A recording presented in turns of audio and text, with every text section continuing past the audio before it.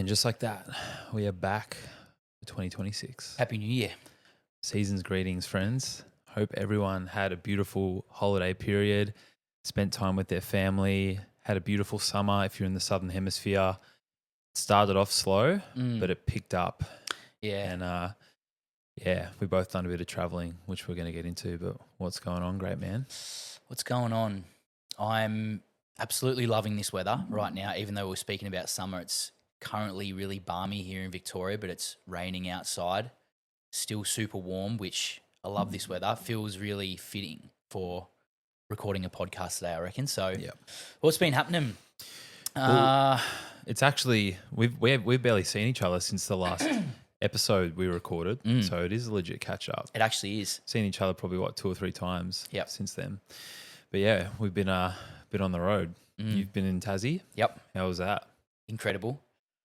Very much around food, some natural wine, and it was our first holiday with the little man, with Lenny. So yeah, it was really cool. He's 6.5 months old now, so he's able to, sit up and come out to restaurants with us and sit in his high chair, and we can share steak together. And yeah, it's awesome. So we felt called to going back down to the motherland and seeing some friends, catching up with a little bit of family, but mainly to have a holiday and eat good food. And I mean, you went to New Zealand, you know what it's like when you have access to incredible produce.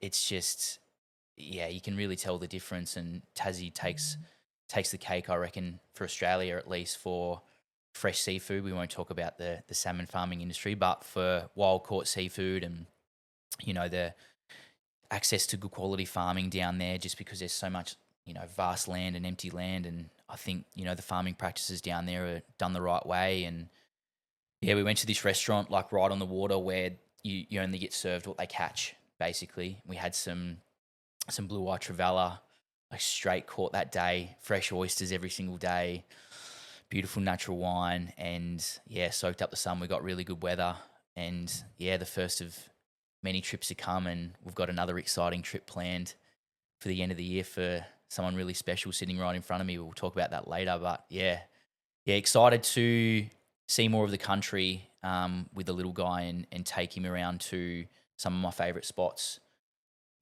where I used to grow up, and, all of our East Coast trips from the last 5 to 10 years. And yeah, Australia is just absolutely incredible. And every single time I go to these places, it's just a reminder that the landscape here and, that natural beauty is truly incredible. And yeah, I never take it for granted. And yeah, it was always so special to me going back down to Tassie and really seeing such untouched land. And it really hasn't changed down there, man. It's just it's so funny because I really wanted to escape Tassie when I was younger, but now I have this drawback to it because it hasn't changed. Yeah. I was just really seeking that change when I was young and into different things, but now I'm just I could see myself living in that slowness and that pace of life again. But yeah, it was incredible, and yeah, loved every second of it. How was New Zealand? It's beautiful. Yeah, it was epic. So before we went there, we went up to New South Wales, to Merimbula. That's right. Sapphire Coast, which is just such a beautiful part of the world. Dad's taken us up there since we were little, the great man, and we went up with the fam, and yeah, that was just beautiful. Really made me realize, I already knew this, but I want to live by the beach, but I want to be able to have a big view. When I was sitting up on the balcony working at the 2 different places we stayed at, just sitting there and being able to look off in the horizon, see the waves ages away, see the mountains. It's just, I feel like it's so cleansing. Don't get me wrong, I love living where we are. We get sun all day in the backyard. We've got beautiful grass to get the feet on the earth, but you're looking at a fence. And I feel like for, I guess, sort of creativity, but then also kind of getting you sort of back to a baseline, being able to sit and just look off into the distance and just put things into perspective. It's so powerful. I can see from that aspect, I can see the appeal as to why you'd want to live in an apartment in the city. Every time I've been to an apartment in the city and you're actually up high and you get to look out at the vastness of everything, it's pretty epic. But man, being able to have that in nature is just beautiful. And yeah, same as Tassie, Merimbula, Sapphire Coast, the seafood there is incredible because Yep. it's right near the continental shelf. So Yeah. such good quality fish and seafood. And yeah, we saw heaps of nature there. Like we saw dolphins in the beach, like swimming in the waves, which was just beautiful. Saw a turtle for the first time ever, just like walking on grass, like in the middle of the golf course when my old man played. Sick. So yeah, we played heaps of golf. We saw heaps of cool birds as well. Lots of kangaroos and wombats, and yeah, it's such a beautiful place. And you realize like that's the land we're on now. Although where we are in the surf coast, it's not very built up compared to living in a city. But it's just crazy to think that those cities they once were just wildlands, Yeah, man. like what you see. So yeah, that was beautiful. And then the other week we went to New Zealand, which across the sea, the little brother, the little sister to Australia, and man, that was just my favorite trip I've ever had in my life. It was the most beautiful place I've ever been to.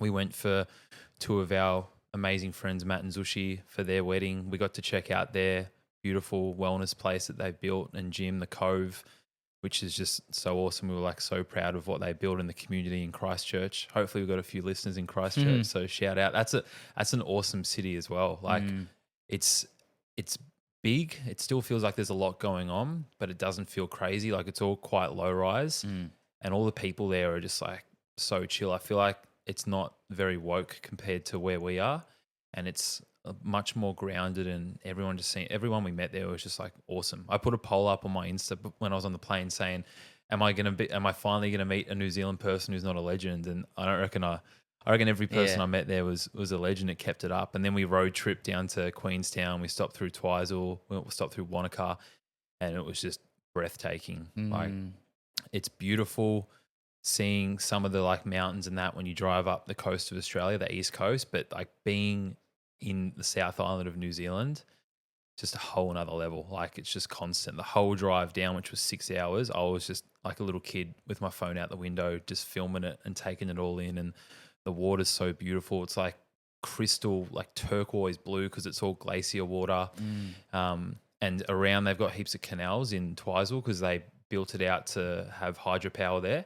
And it's really interesting because in those canals, they've got all these salmon farms. So we went and we checked out the salmon farms, and they were all pretty clean. It was like responsibly farmed, and they weren't pumping them full of anything, which was good. Still, obviously not as natural, Of course. but we ate the sashimi, and it was the best sashimi I've ever had in my life. It was incredible. And yeah, and then we finished off in Queenstown, and that was just breathtaking. So yeah, beautiful people we were with, Eugene, Sarah from St. Haven, and then Sarah's fiance and T, obviously. So yeah, that was just beautiful. And it was the first time I had a week off from pretty much work in, I reckon, 2 years. Merimbula, I kept working through. New Zealand, I actually had a full week off from calls. And yeah, it was nice just to be able to have that time away to reset, appreciate everything that you and I have both built in our businesses, and just enjoy the freedom that comes with, but then also come back to it and be like, yep, I'm really inspired again. And I spoke about that with Matt because he was similar. That was the first extended time he'd had off since he opened up his space. And he was talking to me about it as well. And we were both like, it gets you really inspired having that time away and getting a bit of a fresh mind and a fresh outlook on what you want to create and the impact that you want to have. So yeah, beautiful times, bro. Yeah. No, you're right, man. I've felt the same coming back from Tassie. Like you almost feel that itch again to get back into it. I think I had maybe 5 or 6 days off from calls, and it was very minimal in terms of my communication with my clients, but very clear with the fact that I'm having a holiday and I desire to have this time with my family and away from technology, and it felt really good. But on the last day coming home, I felt that pull and that inspiration, and having that time away allows you to really sit with what you built and honor what you've built and almost celebrate it in a way, and celebrate yourself and honor yourself, but also reflect on, I guess, what's working for you and maybe some changes that you could potentially make when you come back. And because you do feel inspired and you do feel like there's a freshness to it. And, even though I absolutely love my job more than anything in the world, like if you don't create that space for yourself to reflect and honor what you have built and celebrate yourself in a way, then you can still end up on autopilot. Yeah, you still lose yourself. You can still lose yourself. And so whenever I have a little bit of a break like that, I always come back and I always say to myself, it's really important to continue to give myself that time and space. And so, with that, especially now that Lenny's here, like I've really created some solid boundaries with work, especially with family now. And so like my afternoons are sacred, they're like my time from like 4:30, 5 o'clock onwards. It's just the most special time that I have with my family because it's Lenny's wind down time. It's his bath time. And, and it's not like I need that time or I need that space, but I desire to have it. It's like a calling. It's like, this is sacred this time. And the moment that I set those boundaries was the moment I could be more present and be more patient. But the moment that, you try and create the balance between like still being able to work, but still being able to prioritize time with family, it can actually dilute it a little bit. So yeah, having that time away, as soon as I came back from Tassie, I'm like, right, like this is the boundary that I'm creating for myself. Like as soon as it hits that 4:30, 5 o'clock of an afternoon, it's like phone off, do not disturb, and alarm's already set for the next day. And I think that's super like presence. On that as well, just for men that are about to become fathers, because I've had this convo with a couple of my clients that are about to be fathers, and you were the same. And I think about you and I explain how you embodied that before Lenny was here. Yeah. Like you took the time, you took 6 months, probably a year to actually take yourself out of what you had been in so you could slow down and be more present and be more intentional with your time. And then now that he's here, it's like, okay, like I've built this practice, I've built this routine regarding having intention around my time. I can devote that to him and it's not going to be something that brings resistance or it doesn't feel like I'm losing anything. Whereas I feel like because men don't go through the physical change and they don't have the fact that they're literally growing the life inside them, it's like, oh, we find out we're pregnant and then all of a sudden it's like, oh shit, baby's here. And now it's like, how am I going to adjust to this when I've got all this stuff that I'm used to doing in my time? Whereas if you're going into it the same way that your wife or your partner is leading into that physically and making those changes, which is allowing her to slow down, you should be mirroring that too. So when you get to that stage, it's not like a big black and white drop off. It's like a gradual change that you can create. Yeah. And it's really interesting, man. And something, I desire to speak more into is with like the evolution and the growth of a child in the early stages. So to be quite honest, the newborn stages is pretty easy because, he's very dependent on the mother. He sleeps a lot. He's feeding, you're changing his nappy, and then he's sleeping again, and then he's feeding, and like there's not really a lot he can do in those first like. That's what me and T was saying. Like when we were looking after Maggie, and having a baby pup. Like a baby pup is harder to look after than a human baby because they're fucking wandering Full off on. and creating trouble and doing whatever they want. Whereas human baby, as you said, is fully dependent on the mum. Yeah. So And isn't it interesting that as humans we're like the only animal, I believe, that is like that. Every other animal, once they're in the world, is able to walk and able to feed themselves. And here we are as the odd one out that relies on that. it's so crazy. So yeah, like the first, days and months were not as challenging as what I perceived because, there isn't a lot he can do. And he did sleep a lot and he actually was a really great sleeper, especially over nighttime. But now that he's hit that 6-month mark, he's sitting up, he's got teeth, he's grabbing everything. His sleep is like all over the place. And as much as we, try and create that routine and he's still a good sleeper, like it's forever changing because now he's moving from 3 naps to 2. And so there's a lot more entertaining now that you have to provide and more presence and more patience that you have to provide the older he gets. And this is such a beautiful stage because, yes, he can sit up, but he can't crawl yet. So you can put him in his little play area, like we have his little play area, and he's playing and he can't move. So it's like pretty grounded. You're just there. But then there's going to be a stage where he can start to crawl. And then you're going to have to keep an eye on him even more.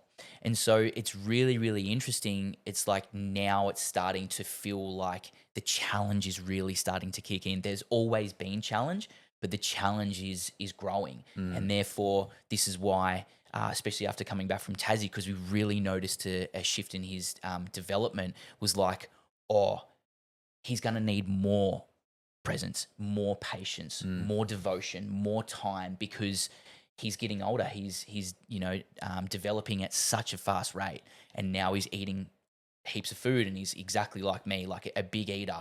Like he's a chunky baby, and he's just going to continue to keep eating the house down, let alone when he starts crawling, let alone when he starts walking. So yeah, it's as much as I love my job and as much as I love the freedom that it creates, it's about continuously making sure I've got those boundaries in place, because you know what it's like, man. You know, even though we love what we do, you can still get carried away with always saying yes and always doing more. But now I've literally had this mirror, this giant mirror that's been held up in front of me to be like, you can keep saying yes, but it will dilute the experience of what you're witnessing, and that's your son growing up. And to me, that's more important than my business right now. So, you know, I said to T the other day, I'm like, I'm doing the minimum effective dose with my business. Yes, I still want to continue it, you know, to grow it. Yes, I want to continue to pour my energy, my love into assets and build my community. But saying yes to more and more is just not the right time for me right now. So Yeah. yeah, And I'm kind of on the flip side of you're that. on the flip side, and that's sick though. Because I've got a wedding coming up Yeah. that we need to pay for. We want to continue to travel, and like it is the time to be able to grind. Of But course. I still felt it in another manner. So it's just having the awareness of like what season of life you're in at the moment. Yep. And again, it's like the classic idea that it's context dependent, and it's not one size fits all. Yeah. And yeah, it's beautiful to see it. Yeah, and it's really interesting because, you know, I've done the courses, I've got the qualifications, I've read the books, I've done the things, I've listened to the podcast, but nothing has taught me more than the experience of having a child. And I've noticed it in my business the moment that I found out that I was going to be a dad to now. I've seen the evolution of my growth. And yes, I've had incredible people around me. I've had yourself around me. I've had the podcast, which has been a big mirror. I've had my mentor, and they have taught me so much. But there is nothing that's taught me more than just being in the energy of being and becoming a parent. And that time to work inwards, and that time to reflect, and the time to ask yourself, like, who is it, the person that you desire to be and become? And is he serving you for the now and for the future? And if not, it's time to make the change now, because you're almost in a position where you're forced to. Yep.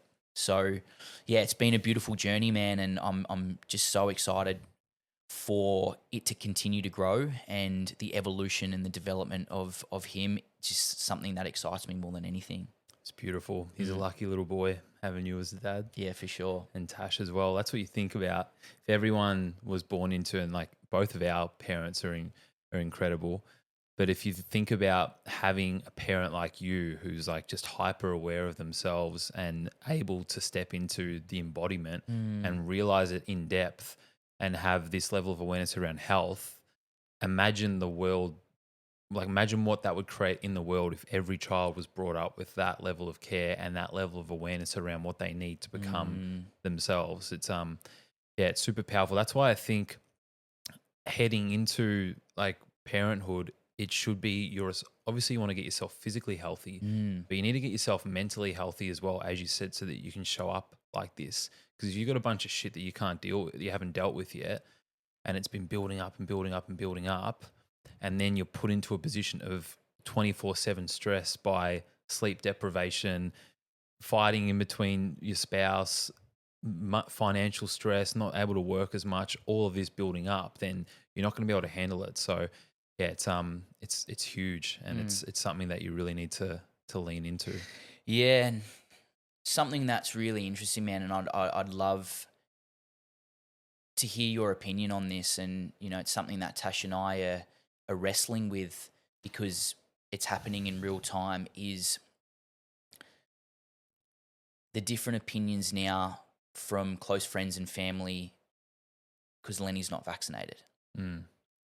And we're starting to really feel it energetically, because we have close friends and family around us that don't agree with our views and our values, and we're noticing it's starting to almost create this tension between us and our friends and our family. Nothing bad, but we're really starting to notice it. And we knew this was going to happen. And it's challenging. But you think, oh, I'll be fine. I'll just stick to my guns. And we are 100%. But it's tough emotionally, you know, and it's tough mentally. And we don't feel the need to explain why, because we feel if we explain why we're not choosing it, it's not going to be received and understood. But it's really, really interesting because when we sit back and we don't question anyone else's choices and we trust that they're making the right choice for them, it's not reciprocated. So all we're saying is, whatever decision you make for you and your child, we back you in 100% of the way, as long as it makes you feel safe and as long as it's the right decision for you and your family. But they can't see the decision that we're making as being the safest one for our family. But that's because it's a projection. Yeah, exactly. So what it is they're either seeing you and they're doing it in a caring manner where they see that as the decision that's wrong and they're fearful a bit around that. Oh, what's going to happen to Lenny? Is he going to be okay? Yep. Are they being irresponsible? Has someone brainwashed them? Have they fallen into the anti-vax community? All this shit. That's one aspect of it. The other aspect of it is it's literally a reflection of them being like, oh, well, maybe I'm not a good parent for doing what I'm doing. And then you get defensive about it. So then again, you arc up and you can have an opinion at someone else because you're uncomfortable. You're not actually that secure in the decision that you've made. So it makes you more comfortable knowing that maybe you can be in the same boat as me. So we go down together. That's like the two things that I'd say there. But yeah, I've had this conversation with so many clients, even just so many people messaging me on Instagram. And I'm glad because like it's kind of prepped me, I feel like, for when Tyra and I have our kids to be in that position. But yeah, at the start I was like, nah, you shouldn't vaccinate. It's terrible, blah, blah, blah, blah, blah. But then it's the realization of, okay, well, I know what I'm going to do. Yeah. You need to be able to make a decision that is your decision and you need to be able to back that decision in. Yep. You don't want to be outsourcing a decision to someone else. Yes, you can listen to the experts, you can look at the research, you can listen to friends, you can listen to people anecdotally that have been through it and take all that in. But like, it's got to be your decision that you make. And leaning into that, it's almost one of those things where you can't make the right decision because there is still random luck involved in everything. Of course. You can get vaccinated and you can get autism like that straight away, or you can get a disease, or you can get really, really sick. And that doesn't happen to every single person that gets vaccinated, but it's a reality. And on the same lens, in the other aspect, you can choose not to vaccinate and you might pick up something and you might get really, really sick. And who knows, your child might die. But the reality of it is like that is like there's a sense of that being random. And whichever decision you go down, there is risk involved. There's risk involved in driving a car. Of course. Every single day. But you don't think about that when you jump in the car thinking, oh, there's a chance I'm going to crash today and potentially die. So you're never going to truly bring the risk to zero no matter what decision that you make.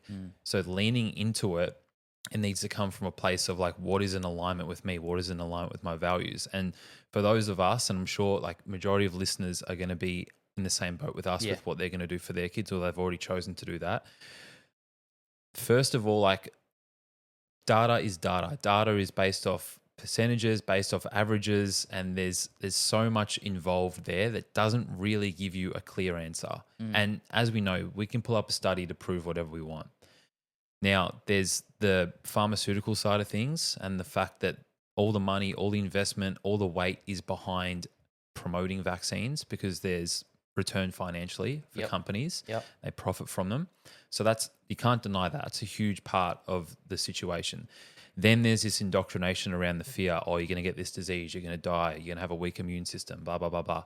That, again, is very strong, and that's very hard for people to go against because usually it is people that are doctors, people that are specialists, people that have degrees that are saying this. So it's like, oh, who am I to question how they're saying this and they've done all this study and all this research, blah, blah, blah.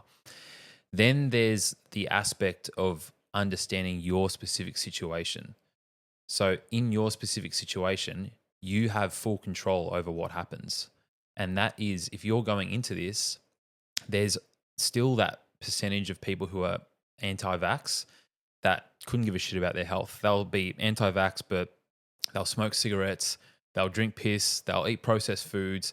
That is a very small percentage of the community. And that is usually the community that gets pointed, the finger gets pointed at and says, like, Yeah. you're one of these people. You're this tinfoil hat conspiracy theorist that believes this, which conspiracy theorist is a huge compliment now because everything that's transpired and everything that's come true.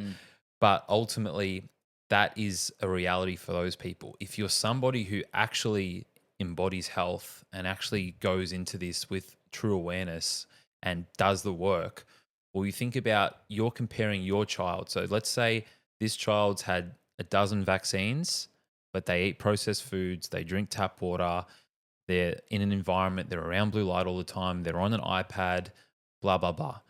And my child hasn't been vaccinated, they eat organic, they go to the beach every day, they're in the sun, they don't go on their iPad, they've learned how to regulate their nervous system, I've taught them how to breathe, we're eating foods to support their microbiome. Two completely different situations. Yeah. But to the average person, if you showed them, you'd say, oh no, the one that's living naturally is the dangerous one. And the one that's had the vaccines, that's doing all the bullshit elsewhere, they're the ones that are going to be okay and that are going to be safe. So that's the way that I explain the situation. And that should give you peace of mind that you have full control in your child's health and the way that they're brought up.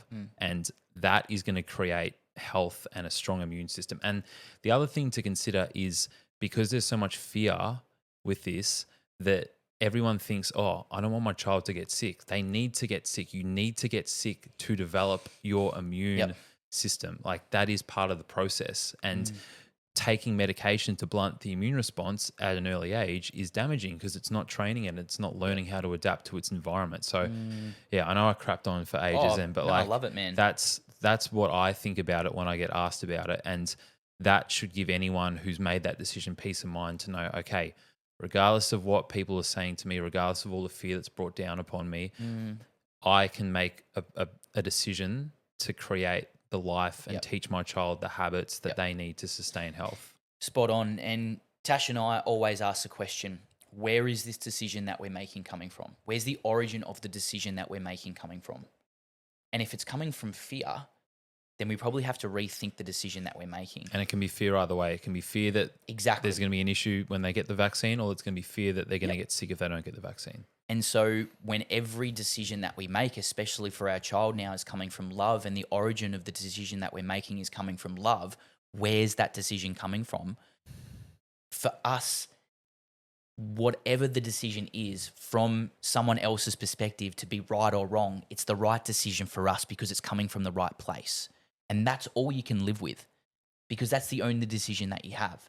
But if you're already worried about the decisions that you're making and the projection of how others are going to perceive the decision that you made, then you're already making the decision from the wrong place. But if Tash and I can sit and look at each other in the eye and go, this is the decision that we're making because it not only fills our cup up, and it not only allows our family to feel safe and us to feel abundant, it's the right decision. And we believe that, whether or not it's deemed the right decision, because at the end of the day, who would actually know whether or not it is or isn't?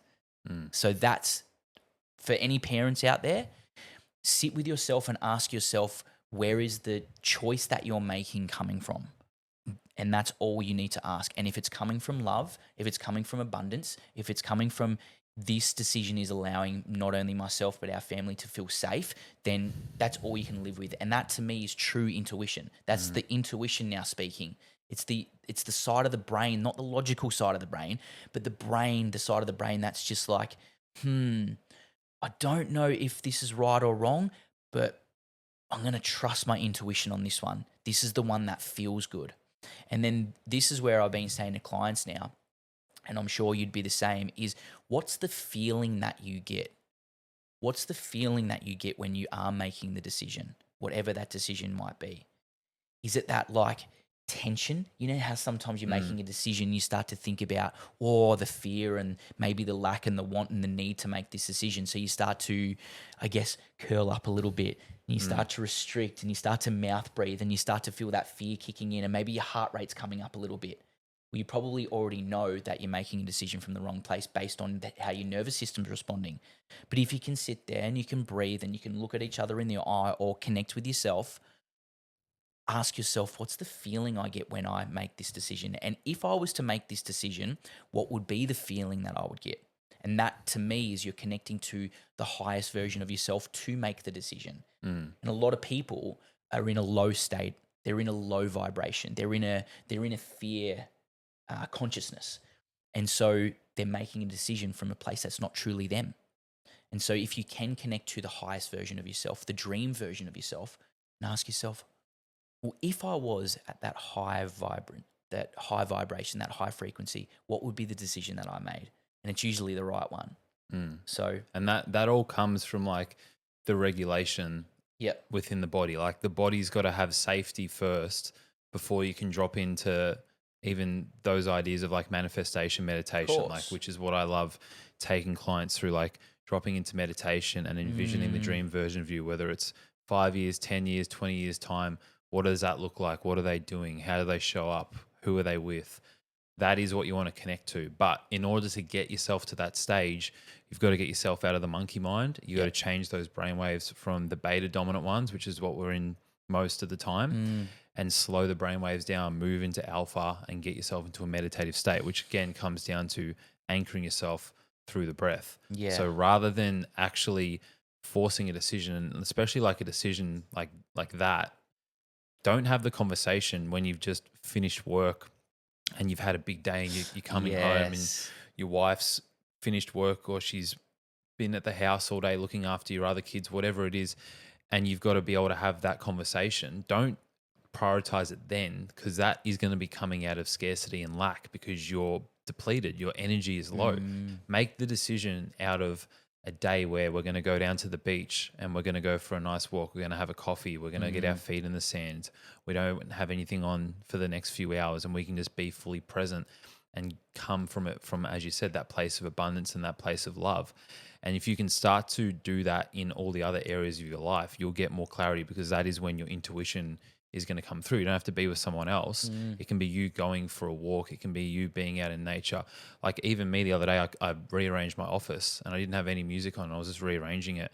And I just sat down and I almost like was stuck in a bit of a trance, and I was just sitting there and I just had like this real strong clarity come through in that moment. And that was because I guess in doing that, it was physically as above, so below, rearranging my mind, my subconscious, and I got clarity through that. So being able to get yourself into a position of you're not thinking, you're not forcing thinking to happen, but you're actually kind of letting go of the thinking, coming back into the body. Even what Naam talks about, like whenever I see Naam in like a video talking or when he does his presentations, he's always got his hands like this, and he's always kind of moving his hands and like touching his fingers, and that's to actually bring you back to the body, bring you back to your senses. So by doing so, I'm now feeling my hands again. It's like, okay, now I'm grounded. And it's the same thing with your breath. Like your breath is your anchor for consciousness, so that by taking awareness of it and breathing into the belly, all of a sudden it's like, okay, I'm back in my body and now I can make a decision.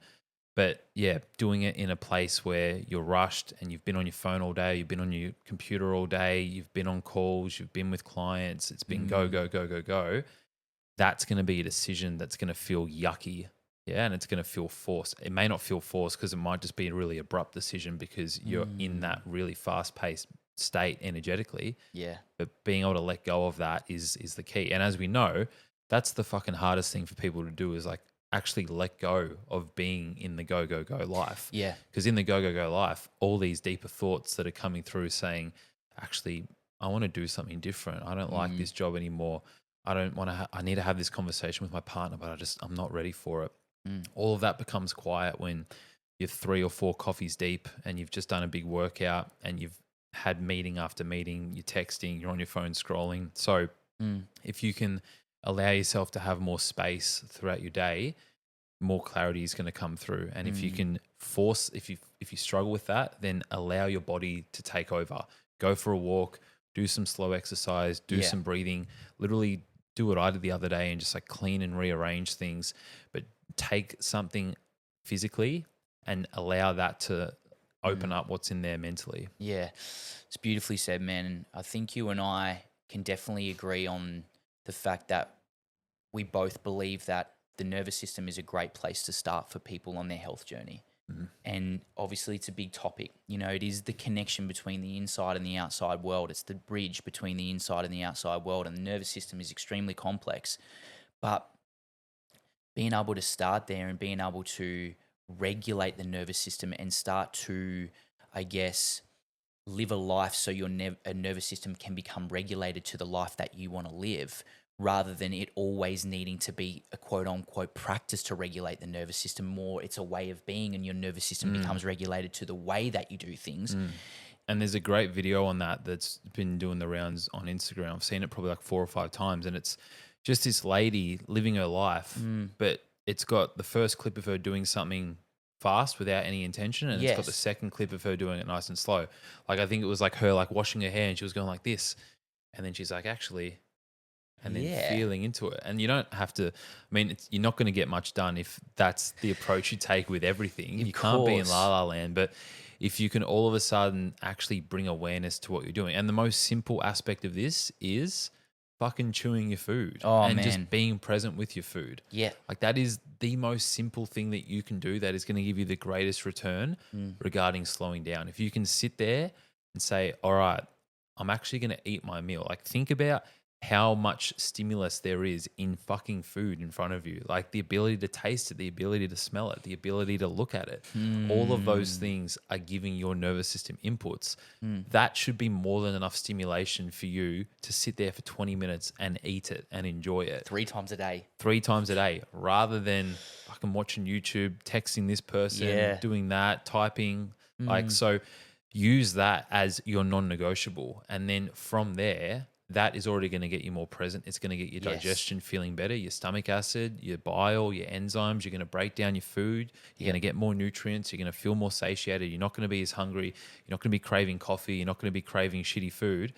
And then bang, what's the return on investment in all of those decisions? Everything starts to get better from there. Yeah. But as we know, when you're stimulated and when you go, it's fucking hard to do that. Yep. You walk into not that I haven't been in a food court in ages, but I'm sure if I was to walk in there these days, some people would be double pumping. They'd be having laptop, and iPhone in one hand, AirPods in. So just think, as you were saying, like, think about how you can actually create that ability to slow down and not specifically say, oh, I'm going to go do breath work for 10 minutes or tapping or somatic release or whatever it is, but just, I'm going to eat regardless. So I'm actually just going to devote my time when I'm eating to be present and give the inputs to my nervous system. Yeah, man, so well said. And I often say to my clients, bring awareness to the first hour of your day.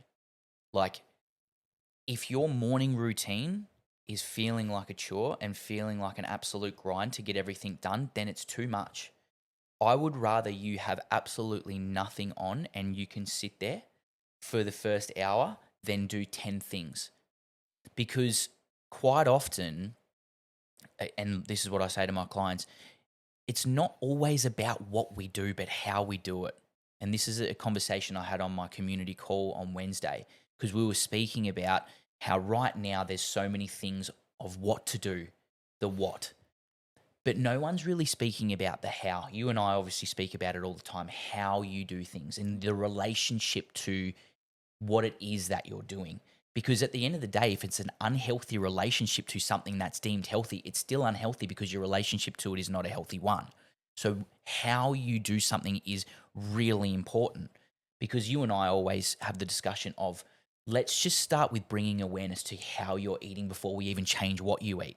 And a lot of the time, because you have so much awareness around what you're doing, you actually have a chance to look at the food on your plate and go, well, that's not it.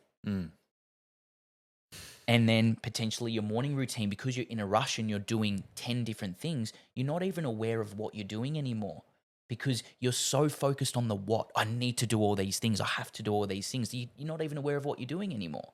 So a lot of the time, most of the time, I have a conversation with my clients, especially in their first few weeks of integrating and embodying health, is not to change anything at all, but to simply bring awareness to how you do everything. Because I don't know if it's your quote, but I love it. Is it how we do? How you do anything Is how you do everything.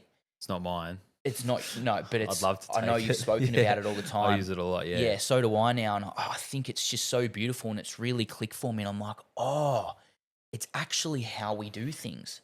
It's our relationship to whatever the thing is that we're doing that's really important, just as important as the what. So it's almost like now, I feel like a lot of people know the what, and I made a video about this the other day. People know the what.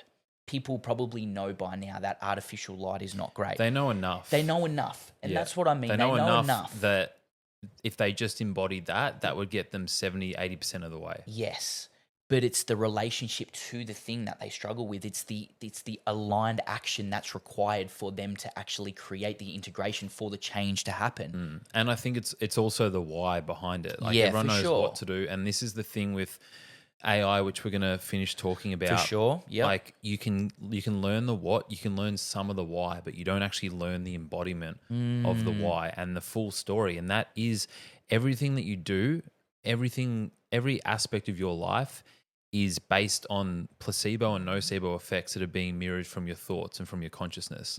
So if you have awareness around why you're doing something, and then you also have awareness of how you're doing something, rather than just doing it, not only are you going to get the benefits that are just going to come from it itself, but you're getting these placebo benefits that are being mirrored back to you, and it's changing the energetic state that you're in.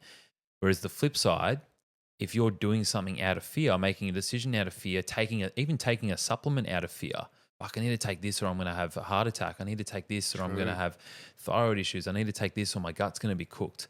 That changes it completely. But it's very, very hard when you're stuck in this to be able to create that. And that's why one of the best things I reckon I've written in my school was the dopamine detox protocol. And that is like the key for so many people. For our listeners, they know about this and hopefully they're doing it and embodying it. But for most people, they actually need a dopamine detox to start all of this off, because it doesn't actually register.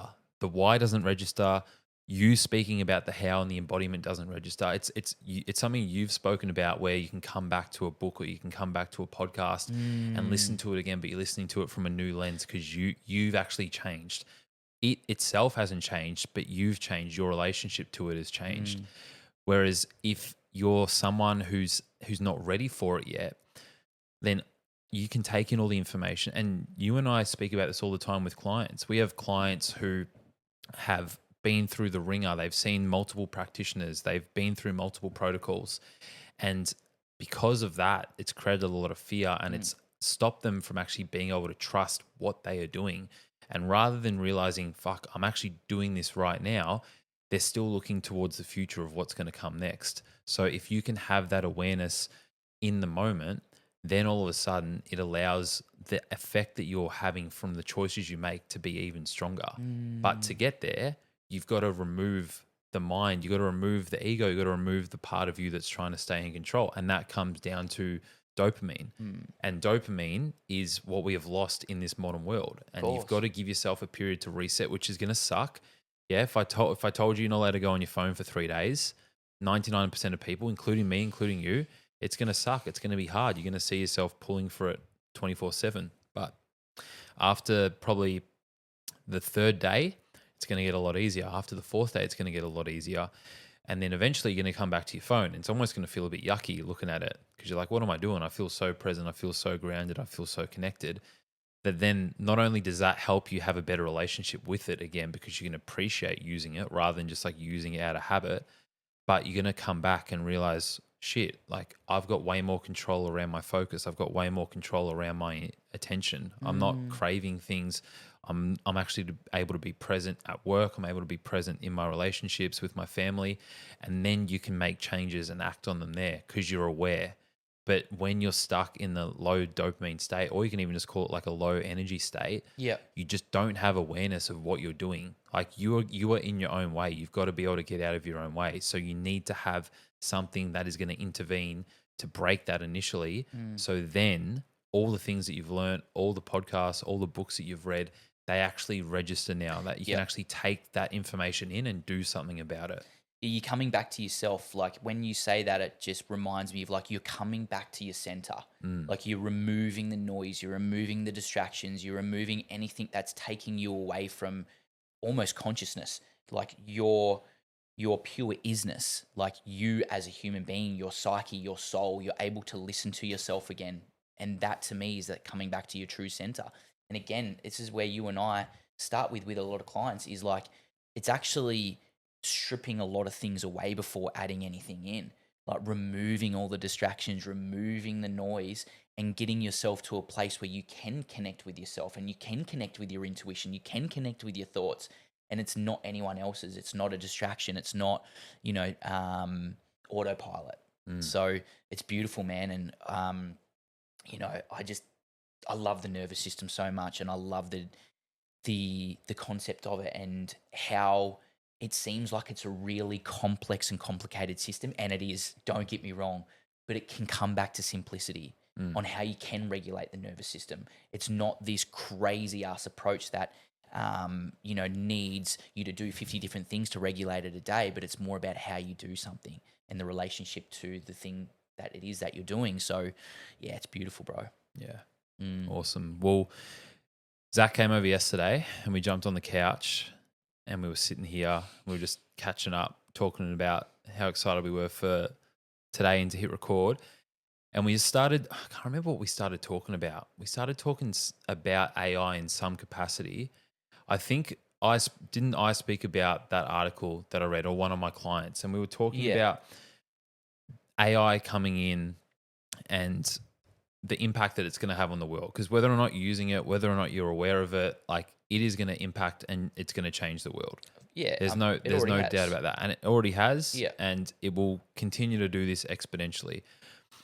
What we have spoken about is, as this begins to take over more and more, and we're already starting to see it, there's essentially this tipping point, right? Like there can only be so much growth in one area before there's a resisting force to balance it out. It's the yin and the yang concepts. We can't go too far down that rabbit hole or it's going to create disharmony. And that is kind of where it's going right now. You are seeing like there's an awesome tool, which I think I'm going to get myself, called Bricked. Have you seen that? Bro, I've got it. Yeah. I've got a different version of it. Yeah. Like a minimal phone. No. It's this like square thing that you put there and you tap your phone on it. And when you tap your phone on it, it locks off all the apps. Yeah. And you've got to physically go back to it to unlock them. Yeah. That is a form of this. But what we have spoken about is the next evolution of wellness is actually going to be creating spaces that lose technology. That when you walk into the door to go in to do your sauna or to go in to do your class or do your meditation or work, whatever it is, you've actually got to leave your phone at the door. That is the requirement to enter. And that is going to allow for social connection to come back in, which is what so many people are craving. I mean, through COVID, obviously, that's what people lost. And think about people that are in prison. What's the number one punishment you can already give to someone who's already in prison? It's solitary confinement, where you don't have any interaction with other people. And that is hugely primal to us because our core needs of being seen, being loved, feeling supported, feeling connected, like that, all of your bad habits and all of your destructive choices come from those core needs not being met. So social connection is obviously a huge tie to that. And as we're seeing now with AI, you're losing social connection. Yes, you've got access to more information than ever, but you're actually losing the experience of humanness. And this is where what Zach and I do and what a lot of the coaches that we mentor do is going to become so important, because as smart as AI gets, it cannot become a human being.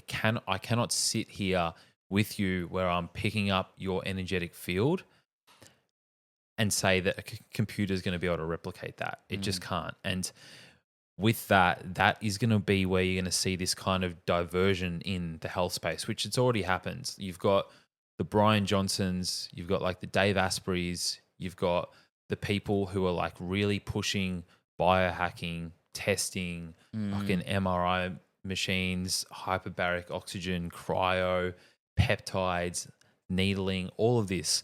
And then you've got the flip side of that, which we kind of sit in that bandwagon, which is the natural side of living, drinking raw milk, getting your feet on the earth, getting in the sun, being out in nature, doing breath work, all of these tools. That is the splitting. Then there's the fucking people that just have absolutely no idea, that are smoking their vapes, wearing their AirPods, eating their Maccas every day. So there's already this like splitting, and AI and these algorithms, even in social media, they're feeding into your belief system. They're feeding into your echo chamber. So they're making you believe and having even greater confirmation bias. Now, we can say this and try and seem not biased, but it's going to seem biased. But our approach, you can't really argue with that, because our approach is in alignment with the approach of evolution. Where it gets a little bit trickier, which is what I talk about, is that man-made problems require man-made solutions. So this is where using peptides, using supplements, even using medications, going and getting stem cell therapy, going and doing ice baths, infrared saunas, cryo, etc., has its role, because some things we just cannot get on top of, because we've created the problem. We've created the problem of 5G. We've created the problem of toxins in our food, of plastics, of vaccines, etc. So that requires that. But what is going to be really key now is the people that are going to excel in the future are going to be the ones that can balance out all this information and still actually show up as a human being, and be able to connect and be able to hold presence. And they're going to be the people that naturally people want to gravitate to. You see with like the flip in social media, where when you and I were doing this 3 or 4 years ago, it was just value. I'm going to make a carousel that's going to say signs of low stomach acid, give you all the signs of low stomach acid, and then say, here's all the things that you need to do to take it. Or jump on our reels and you're going to tell me, here's 7 things that you're doing to fuck with your testosterone. And I'm going to say, here's 5 things that are going to make you more stressed. And that was the approach. And now it's sort of come to this place with like the content that I make now, where I just go on there and I just speak. It's like just me, similar what we're doing right now. Instead of it being a 60-minute podcast, just a 1-minute snippet of that podcast of me just coming along and saying a point. And people are connecting with that more, because there's actually a human element to that. You pick up your phone, you see someone's face there talking without any edits, without any bullshit, without any gimmicks. And it's like, it's like someone's talking to me on FaceTime. And again, it's nowhere near competing with actually being in someone's presence, but it's getting us closer to where we need to be. So the next evolution of this is the people that are going to excel in this space are going to be the ones that can still create this sense of community and this sense of human connection, because that's what we're all going to crave. You can jump on ChatGPT for $29 now, and you can get all the answers to all your problems. But does that understand what you need as a human? Does that understand your specific context? And more importantly, does that know how to get you to do what you need to do, how to motivate you, how to find your flaws, how to find the things that you hide? Because remember, with AI, you tell AI what it wants to hear. It's not going into your subconscious. It's not finding out the things that you're not telling it. It's just a yes man to the information that you're giving it. So in terms of actually getting to the crux of it, you still need to be able to have this human element and be able to have someone hold space for you. And that is going to be the next key. And that's going to be the thing that people are going to crave more than ever, because the more they use AI, the more they use technology, the sicker they're going to become, both physically and mentally. Bro, that was beautiful. Thanks for my TED talk. That was sick. Yeah, one thing that I sat with AI was, am I starting to become AI? And I noticed that I was losing myself and I was starting to become AI. I had a thought which was definitely coming from myself, but then I was already thinking about what I would do to put that thought into AI to make it a better one. So then I started becoming it. I started becoming AI. And then I would put this idea that was coming from my soul into this machine, and then it was spitting out what I wanted to hear. And I'm like, that's exactly what I wanted to hear. But it wasn't what I wanted to hear. It was just exactly what it, almost like it was thinking I wanted to hear, but it really had no context. It was just a little piece of information into a machine, and it spat out what I thought I wanted to hear. So then it's taking away your intuition. It's taking away what your true thoughts actually are and spitting out what you think is actually something better, but it's not. And so then there was the resistance of, well, if I take AI away, then it's not going to sound as good. It's not going to be as wise. It's not going to be as powerful. But the thing is the AI content's not me anyway. So therefore, it's just like, which one's better? The one that doesn't sound as wise or the one that sounds perfect? That's still not you anyway. So it's like, oh, well, I may as well just be okay with it not sounding as wise. But then all of a sudden, because you're not trading your soul away for an artificial intelligence, you then start to find more of your truth. You then start to speak more of your truth. Then you start to actually embrace the spelling mistakes, embrace the fact that it's not perfectly structured, embrace the fact that it might be weird and it's not in flow, or it, you know, might not make sense. But the thing is, it's coming from you. It's coming from your soul. It's coming from your psyche. It's coming from your consciousness. And you're not trading that away. So the moment that I'm like, I'm becoming it, was the moment I'm like, I need to stop it. And can it be a powerful tool? I mean, we already know it can be, but it depends on the context and it depends how you're using it. Yeah, it's your relationship with it. Exactly right. Well. And it comes back to that. And that's the thing. Like, for most people, like, it can enhance you in different areas. Yep. Like, I'm terrible at spelling and I'm terrible at grammar. So it's great to be able to clean that up for me, because they're not my strong suits. But if I'm then leaning on it to do the thinking for me, and to first of all, even the changes that happen in the brain, it is going to reduce neuronal activity, and it's going to shrink parts of your brain because you're going to underuse them. Yeah. And then that in itself is a huge issue. But the other way of thinking about it is, life needs to be difficult to create neuroplasticity. Learning should be difficult to create neuroplasticity. If learning is too easy, then you're not actually testing yourself. And that is the thing to understand. It's like, my guitar's here. If I was teaching you how to play something that I knew, it would be fucking hard for you to do it. Of course. Because you've got to go through the process of learning it. And when it's something physical like that, you've literally got to wire your neurons in your brain to tell and go downstream via your central nervous system how to move your fingers in accordance with the music. Now, the same thing happens when we're trying to learn a term, or learn what a supplement means, or learn how to understand like biochemistry or biomechanics. You've got to be able to understand that and think about the reality of being able to communicate is, well, you can fucking pretend to be whoever you want behind your AI when you write your Substacks or when you make your Instagram posts, but jump on the microphone like you and I are right now and speak for an hour without any edits, without any captions, without any notes here, without transcripts, without notes to be able to refer to. Yeah. And how are you going to go in that situation? Well, that's something that's going to make you vulnerable. So again, having these longer form conversations allows you to get the substance of the person coming through. But from more of a like practical perspective, if you still want to be sharp cognitively, you need to be able to push yourself. Now, AI is a great tool to make things easier in terms of time restraints. Like, rather than me going and physically reading through 100 different research papers, if I can go on ChatGPT and say, hey, get me the most recent research papers on biomechanics over the last 6 months and pull it out for me, bang, it can do that for me, and then I can take it over from there, and that's going to save time. But if I'm saying, hey, ChatGPT, what's the way to link bile in terms of fat absorption and bile acid malabsorption, blah, blah, blah, and then I get all those answers for me, and then I'm like, sweet, I'm just going to send this to a client, I'm just going to turn this into a post. There's nothing that's actually gone into you. Like, you haven't actually absorbed any of that information and then processed it and then transformed it into your own words.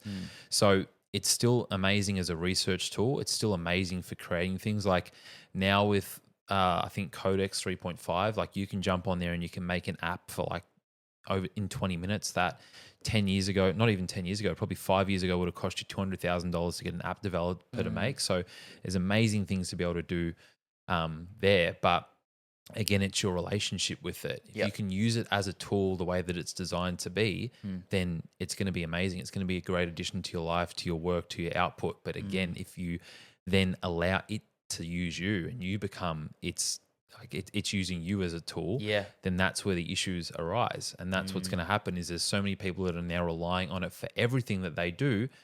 They're losing part of their soul. They're losing part of them. And it is becoming, I guess, a machine world because it's AIs interacting with AIs. Like you look at so many of my because I've had so many of my reels go off, especially on Facebook. It's just been the Wild West in terms of some of the people that I've drawn in. And it's crazy to see now how strong, like, because I don't look at them all the time, but when I log in and I see there's a bunch of notifications, I'll have a scroll through them and then I might click on the post and look at the comments. And there's just like these wars between people that are like, fuck vaccines, and these wars between people that are like, fuck you for saying fuck vaccines and going against each other. But in some of the comments, I can see it's like someone's written the ChatGPT response, and then someone else has written the ChatGPT response back to going it, at each other, and it's actually ChatGPT arguing with itself. And then these two people are just the vessels to let that happen. That's crazy. Yeah, I mean, it's crazy, but I do encourage everyone, no matter what space you're in, to go into it and do some research and learn how to allow it to make your life a little bit easier in different ways. But again, use it as a tool and allow it to still be a complement to your life rather than taking things over. Because the reality is, like, one of my clients, he's in tech and he said, look, in the next few years, we're going to go from 200 clients to about 20 clients because they're going to all be made redundant from this. So it is going to have an impact in that area. But if you can be ahead of it and understand how you can use it to enhance things, then it's going to be huge. Yeah, nah, really well said. I don't think I have anything on top of that. That feels good. Beautiful. Good conversation. Good to be back. Yeah, it's great to be back. And we have some incredible guests that are pretty much locked and loaded and confirmed. We've just got to now get those dates locked in. We do want to do we've got the next iteration in the gut health series to continue with. We do want to talk about peptides as well with the crazy takeoff that's been happening regarding them. So I think we'll probably drop into them next episode along with some gut health things. But again, I put a story up last week, I think, announcing that this episode was coming, and had heaps of you guys reach out. So I think we'll probably do a Q&A episode. We haven't done one of those in a while, it's been a while to cover all your questions. So please feel free to either DM Zach or I and let us know where you're at with things. And on that note, if you are interested in learning more, like Zach's got his community up and running now. I don't think you had it. Did you have it? No. Last time we spoke? No, it's pretty fresh. Yeah, so Zach's got his community up and running now, which is just going to be a beautiful space with incredible people. I've got my school community as well to learn and to go deeper into and have a bit of guidance and support. So I highly, highly encourage you to jump into either mine or Zach or both if you want, and use that as a tool to obviously learn, but also have some accountability and have the community aspect, because the ability to create in the next 5-10 years with all the opportunities that are ahead of us, having really amazing people in your corner that you can learn from and hold you accountable and support you is just amazing. So I think that's all from us. That's it. So good to be back. We'll start locking them in a little bit more regularly now that we're a bit grounded and we've done our travel, and that's it. So stay tuned for more, and continue to keep spreading the love. I just continue to keep hearing stories about where people are listening to the podcast and who's listening to it and how long they've been listening to it for. And people are still stumbling across it now because people at work are having the conversation. Like I've started working with a nurse recently, like literally this week, and like people in the hospital were speaking about our podcast and just recommended it to the new client I'm working with. It was like, you should start listening to this. I feel like you're really going to like it. And she went all the way back to episode 1 and has caught up to, episode now. And I'm just like, oh, it's so cool to hear those stories. So continue to keep sharing, the love and spreading the good word and, sending it to people.